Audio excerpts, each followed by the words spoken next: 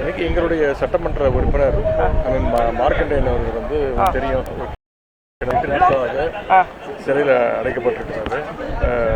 இந்த அரசை வந்து தவறாக பேசிட்டாரு, அவர் மீது வழக்கு போட்டு ஒரு மிரட்டுகின்ற பணி இந்த தலைமைக்கு செஞ்சு கொண்டிருக்கிறது. எங்களுடைய தலைவர் அறிவுறுத்தின்பதில் அவரை சந்தித்து அவரை நலம் விசாரிக்கிறதுக்காக பக்கத்துக்காக வந்தேன். நானும் நம்முடைய முன்னாள் அமைச்சர் கீழச்சிவன் அவர்களும் நம்முடைய சட்டமன்ற உறுப்பினர் அனிதா ராதாகிருஷ்ணன் அவர்களும் போய் நேரில் அவரை சந்தித்து நல்லா விசாரிச்சுட்டு வந்திருக்கிறேன்.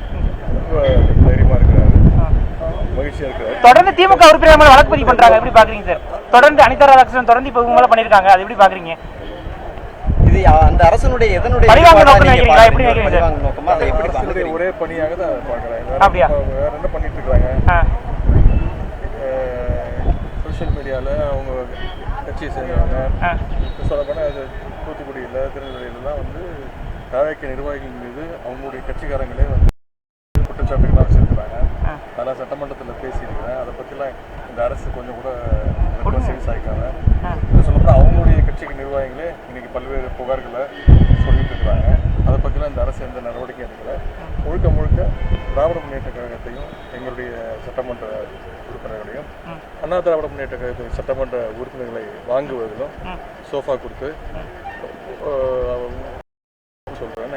யார் சொல்கிறேன்னா உங்களுக்கு தெரியும், அவங்க தான் சொல்கிறேன்னு. இந்த பணிகளை இந்த அரசு முழு நேரமாக 24 hour ஜாபாக செஞ்சு கொண்டு இன்னைக்கு எங்களுடைய சட்டமன்ற உறுப்பினர் மார்க்கண்டேயன் அவர்கள் வந்து தெரியும் சிறையில் அடைக்கப்பட்டிருக்கிறாரு.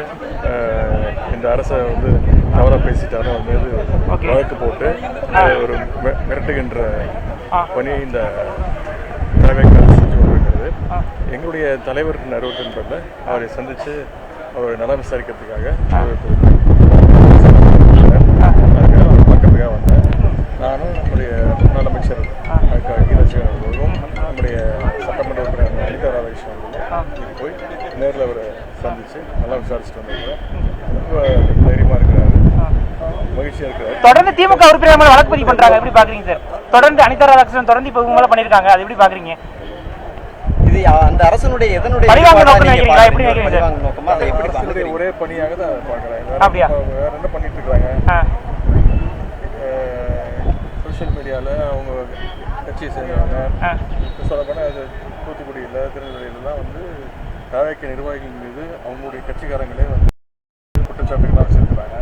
அதெல்லாம் சட்டமன்றத்தில் பேசியிருக்கிறேன். அதை பற்றிலாம் இந்த அரசு கொஞ்சம் கூட சீரியஸ் ஆகிக்காங்க.